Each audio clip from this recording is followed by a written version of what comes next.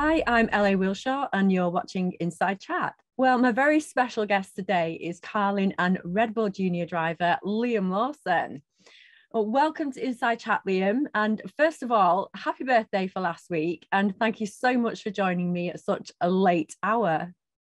No worries. Oh yeah, as you say, I'm still in New Zealand, enjoying my last couple of days here. But thank you for the birthday wishes. And it's very nice to be here.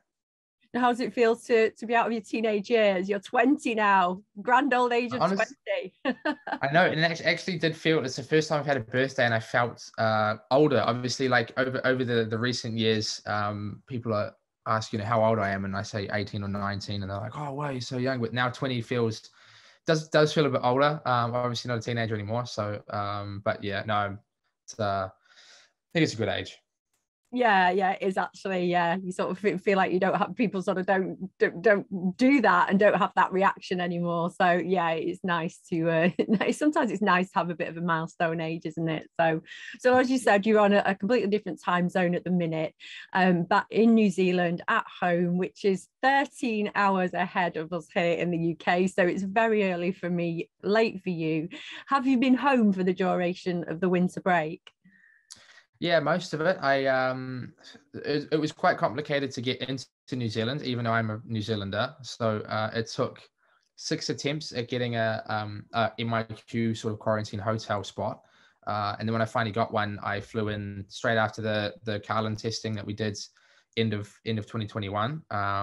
And basically I got out of MIQ after the quarantine process on the 30th of December. So I have had January here, which has been nice. I've had just over a month and a half now. And yeah, just really enjoyed being home. I think for me, it's a very important part of my year to sort of reset, refresh everything. And I think if I hadn't have been able to come home, I think for every driver, when you don't get to go home, it definitely takes a bit of a toll mentally. And for me, obviously living so far away, I definitely during the season, especially with COVID, I felt pretty distant from home. But yeah, enjoyed being back. But now I'm definitely ready to get back into things. Oh, that's brilliant. Have you done anything in your downtime? What do you like doing in your spare time?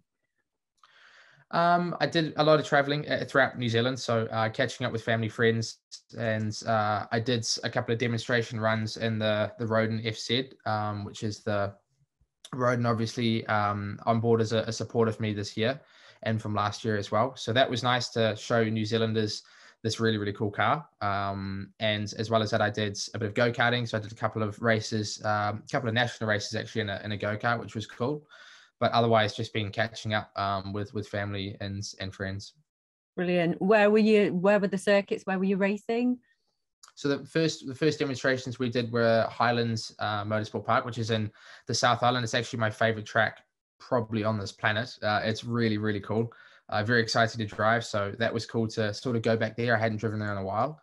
And then I did a track in Christchurch, which is called Ruapuna, and I haven't driven there since Formula Ford back in 20 whatever that was, 16, maybe, I think. Yeah, 5 years ago.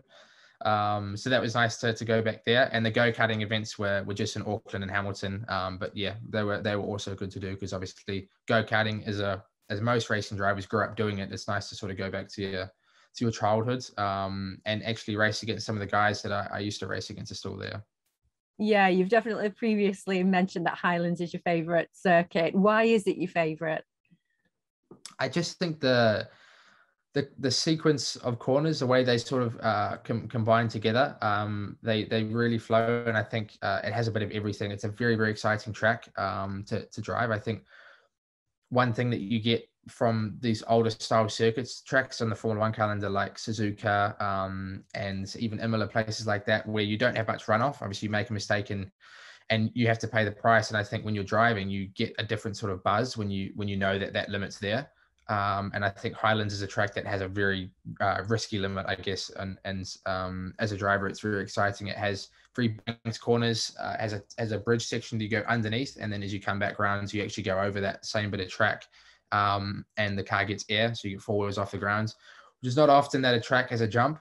But yeah, it's just an exciting track to drive. Yeah, I kind of quite like that design of a circuit, to not drive on myself, but certainly, to watch races. And I think we were all quite pleasantly surprised when the calendar went to Portimao, and we saw the elevation change and that hill, that rise. So I can imagine that there's a real buzz and excitement to that kind of a circuit. So Highlands is actually one of Tony Quinn's racing institutions in New Zealand. It's one of a few that he has. Tell us about the Tony Quinn Foundation and how they're supporting you. Yeah, it's massive for me. I think it's very cool to have, another New Zealand sort of foundation, and what they do for New Zealand drivers is very exciting. What they're doing for me is obviously brilliant, and without them, I wouldn't be racing. And as you say, obviously Highlands is one of Tony's tracks, and he makes very good tracks clearly. So I love being able to drive in them. But no, I really appreciate the support that they're giving me this year. I think it's very exciting. Yeah, and not just yourself, that they're supporting other drivers, and they have an academy, is that right? Or how are they supporting other people? Yeah, exactly. They have an academy, which is really, really cool. I actually, one of my best mates, I sort of took him to like the very beginning process of it, and he had to go in a race car for the first time, and that was through the Hampton Downs Academy, which is part of that whole program. So that was really, really cool to do, and I think it's very, very exciting. I think for New Zealand drivers, it's quite often hard to make that step from karts to cars, and I think what they're doing is making that step definitely easier and more accessible. Yeah. I was surprised to sort of discover that New Zealand has never hosted a Grand Prix, a Formula One Grand Prix, and despite one of the biggest names in Formula One, Bruce McLaren, being a native. Would you like to see that change in the future and possibly yourself drive a home GP there one day? Absolutely, I think that's definitely one of the dreams. For me, the focus is to make F1. That's my goal. But the support from New Zealand, especially in recent years, has grown massively, which is amazing for me to come home and see. Even when I'm overseas, and plenty of interviews with New Zealand companies, TV companies, and things over the season. But then to come home and see the support from everybody, it's really, really, really fantastic, and it would be definitely amazing to have a New Zealand. We have a New Zealand Grand Prix, obviously that's run in the Toyota Racing Series, but to have a Grand Prix that's basically hosting Formula One would be incredible. Yeah, I mean, not just Formula One, because if Formula One did go to New Zealand, we would hope that they'd take Formula Two with them as well. So that would be quite good. So 2021 was your rookie season in Formula Two, and you started off with 2 podiums in Bahrain, winning that very first race, and then followed, unfortunately, by that disqualification in Monaco. But were you expecting initially to have that good a start? I don't know. I think the thing with Bahrain was most of us had done the postseason test 2020 in the car and at Bahrain, and then we ordered the preseason test in Bahrain. So every team had a baseline set up that sort of everyone knew was going to be good. So the field was very competitive. All the drivers knew how to drive the car. Bahrain's a very unique circuit in the way you have to look after the tires as well. It's very, very degrading. So, but I think because we'd done so much testing, we all knew more or less what we were doing. So for me, when I got the good start and I got to the leads, I sort of just did exactly what we've been doing in testing and hoped that it would sort of pay off. But I think it was a good confidence boost, that's for sure. Obviously, the season didn't go exactly as planned. But at that point, it was definitely something that I felt comfortable in the car to have a strong weekend off the bat like that. I think for me at that point was definitely looking to only go upwards. Unfortunately, we weren't able to do that though. Yeah, I mean, then the second race, as I mentioned, the Monaco, with that really awful disqualification. How does that feel, to go from such a high to such a low? And do you kind of feel, maybe on reflection, that it's still very good training for Formula One, where ultimately things like that are going to happen? Maybe not necessarily disqualifications, but certainly a big win, maybe one race weekend, and then not such a great race the weekend after. Yeah, I think you've hit the nail on the head there with the emotional, basically up and downs that you're going to have, and obviously in Formula One when you have a lot more pressure, a lot more attention around you. It's obviously I guess more or less what I went through last year is a good way to learn how to deal with those kind of things when that attention is going to be a lot more on you. So for sure, I think it wasn't a bad thing for my learning. Obviously, at the time, it was a very disappointing moment in my career, but definitely something I learned from, and I didn't make that mistake again for the rest of the season, obviously. Yeah, I think even though that the issue had happened at that point, we still obviously had good pace that weekend. We won the race, and I sort of was disappointed with the result, but I still felt confident that we were going to be sort of fast throughout the rest of the season. And I obviously, unfortunately, we didn't turn out to have that consistency and pace every round. But truthfully, at that point, it was disappointing at the time. But yeah, it didn't. I don't think it hindered how I was feeling about the championship or anything like that. Yeah. Well, so at the end of last season, you left the Hi-Tec team after 2 years and you signed with Carling. So what was the motivation behind the change? I think, basically, obviously, with the way things went last year, I think we started very strong, and the development we struggled to increase and develop like other teams were able to do. And the opportunity came about with Carlin, and I think it's a good one. Obviously, Carlin's a much more experienced team than what I'm used to working with, and obviously a lot of rounds last year were very, very fast. So it's something that is exciting. I'm looking forward to. We did obviously the postseason test, and to be fair, we made quite a lot of steps over the 3 days, and I think that was a very big green light for us. To have that development in such a short time is only positive, and hopefully we can sort of continue to make steps in the early parts of testing and then the first races as well. Yeah, I mean, for the majority of those sessions, you finished in the top 6. You had top 6s, 5s and 4s, didn't you? So how did the car feel to you in comparison to the Hi-Tec?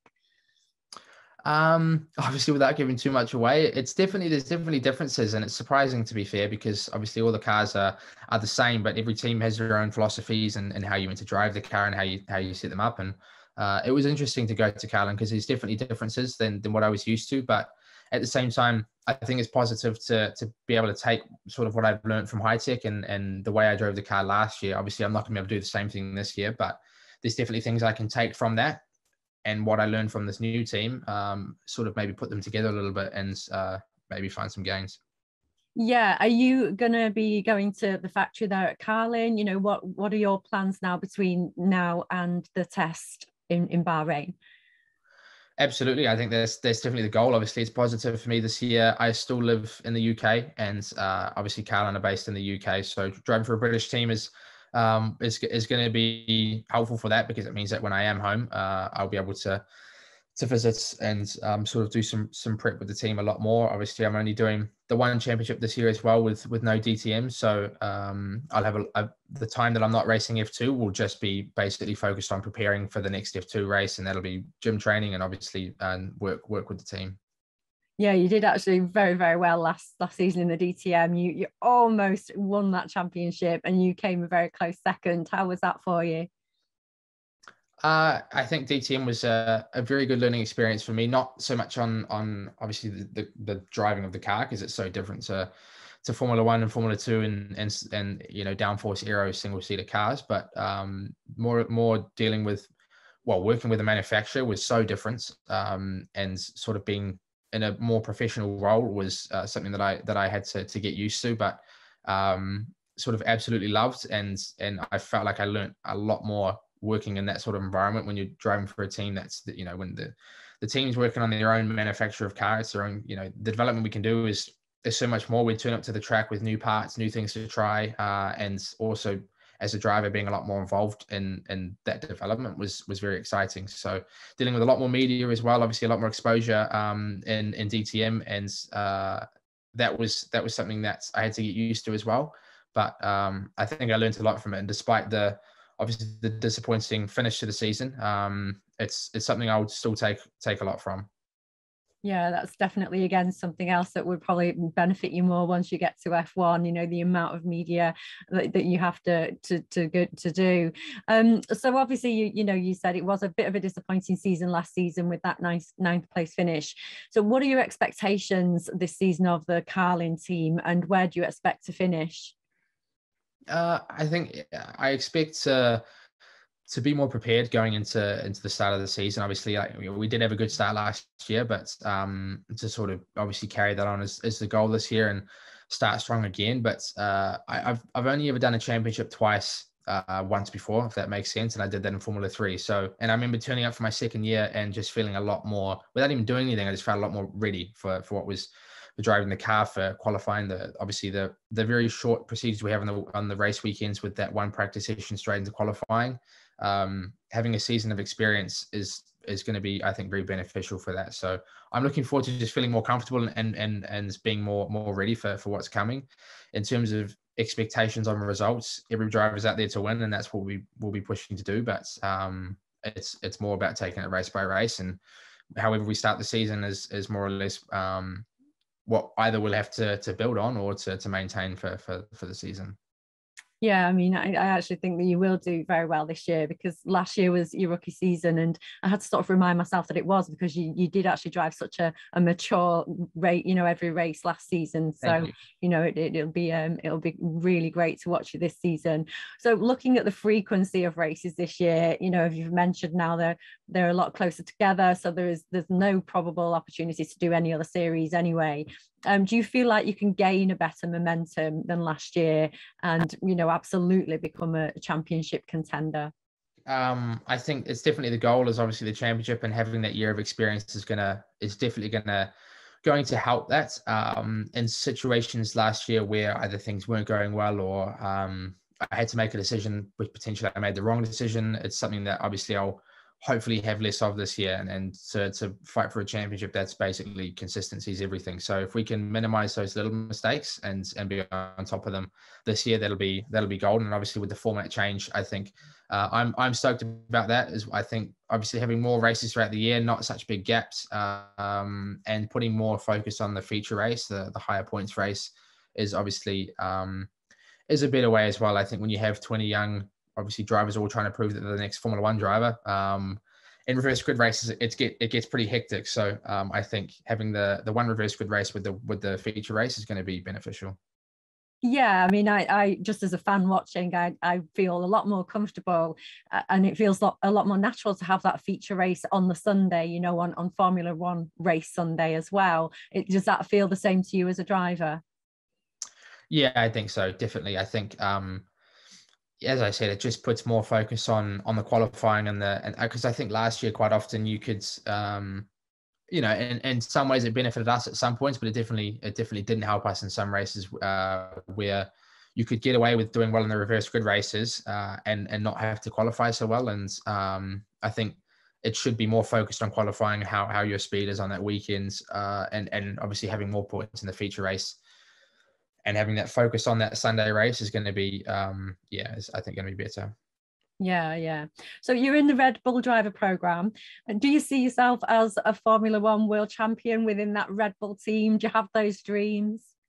Absolutely. I think everybody does. And everybody believes you have to, as a driver, especially at this level, you have to believe that you're capable of achieving that. So within yourself, I think every driver has that belief. But for me, it's another year with Red Bull, which is very exciting for me. And I think it's definitely, for me, I'm in the best situation I could be in at this point. So I need to obviously focus on having a good year and performing as well as I can, because every year it's performance based. But if we can achieve what we need to achieve, then there's definitely potential to continue on upwards.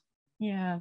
So just a more of a personal question, really. Who were your racing heroes when you were younger, and are they still your heroes, or are you now maybe sort of looking to almost drive with some of those heroes? I think when I was very young, very young, first getting into Formula One, I liked Lewis Hamilton when I was a kid. So I read his book when I was very young. And then I was sort of very heavily into Formula One from 2010 onwards. And that was the era that Red Bull were actually dominating those 4 years of the championship. And I was a big Red Bull fan. But as I got older and sort of understood racing a lot more, it was actually the New Zealand drivers that were on that path, the path that I'm on now, that was sort of cracking on the door of Formula One. That was guys like Richie Stanaway and Mitch Evans, Nick Cassidy as well, all in that sort of, in that pool. And I think they were guys that I looked up to, wanted to be like. So, but now I don't know. To be honest, now I don't have anyone that I look up to or want to be like. I think, yeah, I think I just want to be more, I want to be like myself, I guess. No, I like, that's a great answer, absolutely. And I think that, you know, going back to the beginning of our chat with Tony Quinn and his foundation, you know, and he can only bring up on more drivers from New Zealand, you know, and I'm sure that there are young drivers already that are already looking up to you as their racing hero, you know, and there are yet to be racers to be born as well that will be looking up to you too. So, you know, we feel very confident that you will get up into Formula One, and we'll very much look forward, you know, to that when that happens. And, you know, I wish you the best of luck for this season with Carlin and all your great results that are going to come this season. And then, you know, we'll see what happens the season afterwards for your dreams to come true. But thank you so much for your time today and for chatting with us here at Inside F2, Liam. It's been an absolute pleasure. No, thank you for having me. That was all good. Yeah, thanks for that. Thank you as well for tuning in. And if you follow, like, and subscribe our social media channels, you can keep up with all our Formula 2 news. I've been LA Wilshaw, and I'll see you next time.